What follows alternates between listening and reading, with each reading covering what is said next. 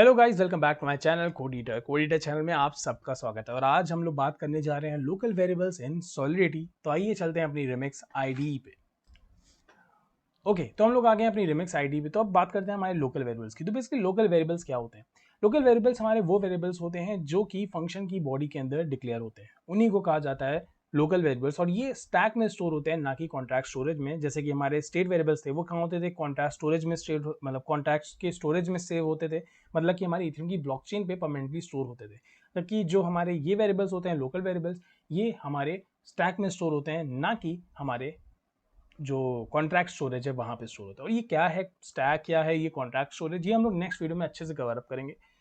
इसके बाद वाला वीडियो आपको सारी चीज़ें उसके बारे में सब बता देगा। बट अभी हम लोग कॉन्सेंट्रेट करते हैं कि हमारे लोकल वेरिएबल्स किस तरह से वर्क करते हैं। ठीक है, तो लेट्स से पहले हम लोग को एक फंक्शन बनाना होगा, क्योंकि लोकल वेरिएबल्स इसी के अंदर डिक्लेयर होते हैं। तो इसका नाम लेट्स से रख देते हैं स्टोर। और मैंने यहाँ पे लगाया ब्रैकेट्स। ये हमारा एक प्योर फंक्शन है। प्योर फंक्शन का मतलब ये है कि ये हमारे स्टेट वेरिएबल्स में ना तो कोई चेंज ला रहा है, ठीक है, ना तो ये हमारे कोई स्टेट वेरिएबल में चेंज ला रहा है, ना ही हमारे स्टेट वेरिएबल को रीड कर रहा है। तो यहाँ पे वैसे तो कोई स्टेट वेरिएबल है नहीं, बट तब भी हमें ये बताना पड़ता है कि हम ये चीज़ कर रहे हैं अपने फंक्शन के साथ। और अब हम लोग यहाँ पे लेट्स से लिख देते हैं रिटर्न्स। पहले लिख देते हैं पब्लिक, देन लिखते हैं पब्लिक। और यहाँ पे मैंने जैसे लिखा रिटर्न्स, और लेट्स से यहाँ पे मैं लिख देता हूँ UINT।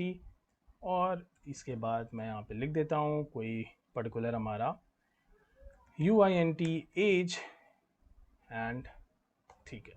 और एज के अंदर हम लोग कोई वैल्यू लिख देते हैं, एज के अंदर कोई वैल्यू लिख देते हैं और इसको एक बार रिटर्न करा लेते हैं। तो ये हो गया हमारा क्या, तो यहाँ पे आप ये जो देख रहे हैं ये चीज़ हमारी क्या है, लोकल वेरिएबल है। ठीक है, तो ये जो लोकल वेरिएबल है ये कहाँ पे स्टोर हुआ है? ये हमारे स्टैक में स्टोर हुआ है, ना कि हमारे कॉन्ट्रैक्ट के स्टोरेज में स्टोर हुआ है।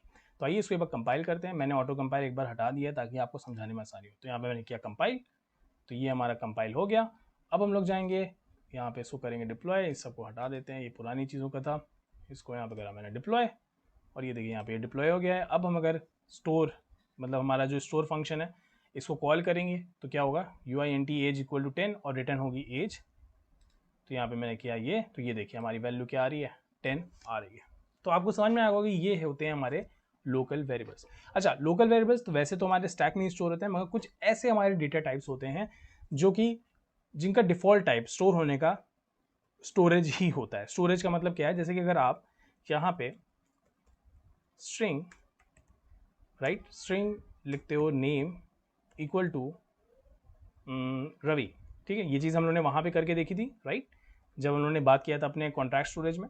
अगर हम लोग कुछ इस तरह की चीज़ करते हैं, ठीक है, यहाँ पे मैं एज को तब भी हटाता नहीं हूँ, यहाँ पे लिख देता हूँ UI2 वरना वे एरर देगा। UINT as equal to let's say 11, ठीक है, कुछ भी देते हैं।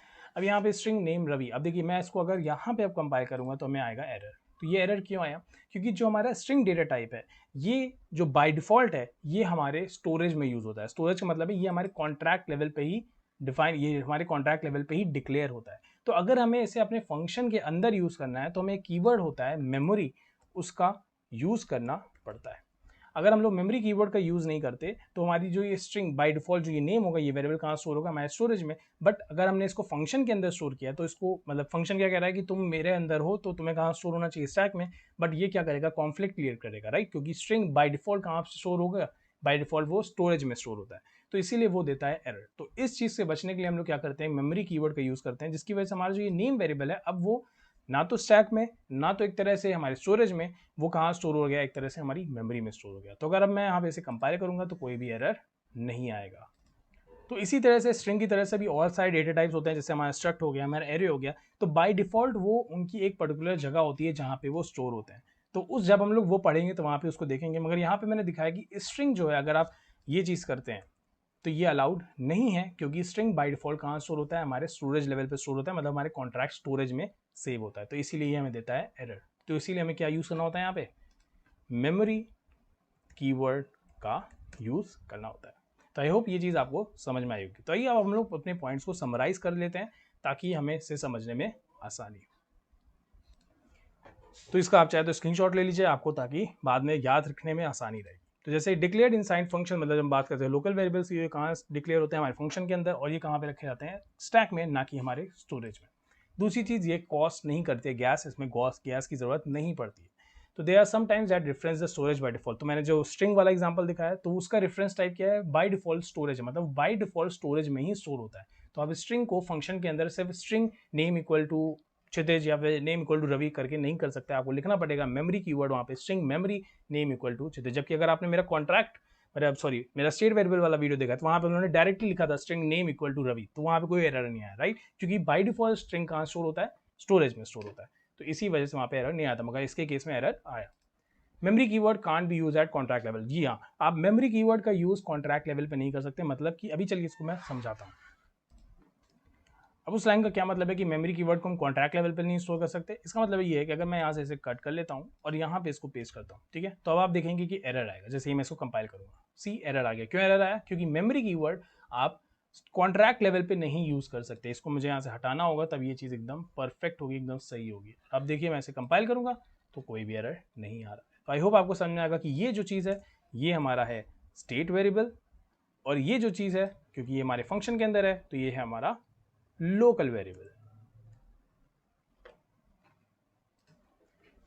आई होप आपको ये वीडियो अच्छा लगा होगा और आपको समझ में आया होगा। अगर आपको ये वीडियो अच्छा लगा है तो प्लीज़ लाइक करना और सब्सक्राइब करना मत भूलिएगा। अगर आपके मन में कोई भी डाउट है तो प्लीज़ कमेंट करिए, मैं डेफिनेटली उसको सॉल्व करने की पूरी कोशिश करूंगा। तब तक के लिए बाय बाय।